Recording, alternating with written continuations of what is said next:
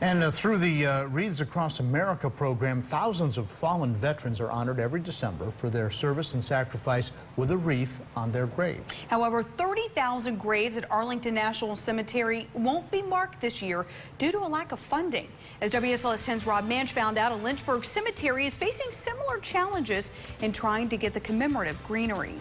The Christmas symbol of a wreath honoring the sacrifice of veterans began adorning graves at the Lynchburg City Cemetery in 2007. The organization Daughters of the American Revolution work every year to keep the program funded. And in June, we start sending out donation letters.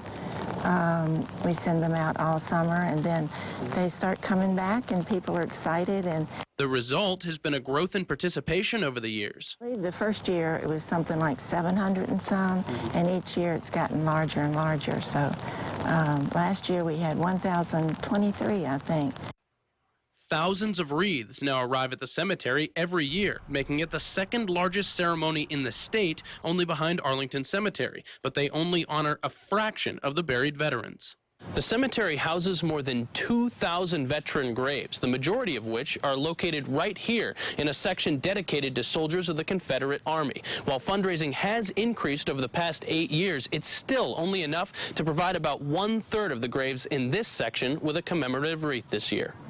The cemetery says it does what it can to make sure every fallen soldier is remembered. Staff start with the around 200 non-Confederate soldier graves. What's left, we try to spread out through the Confederate section as best as we can.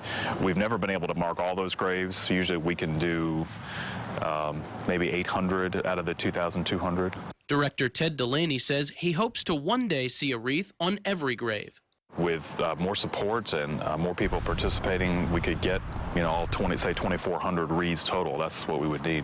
Daughters of the American Revolution says to do that, it would need to double the amount it's currently fundraising, from $10,000 to around $20,000. That would be wonderful, but I don't know if that will ever happen, but that would be great.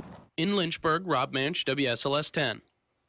And the cemetery is expecting around 300 people to be at this year's ceremony on December the 12th. The Daughters of the Revolution are done fundraising for this year, but are already collecting donations for next year's event. The wreaths cost $15 a piece and are tax deductible.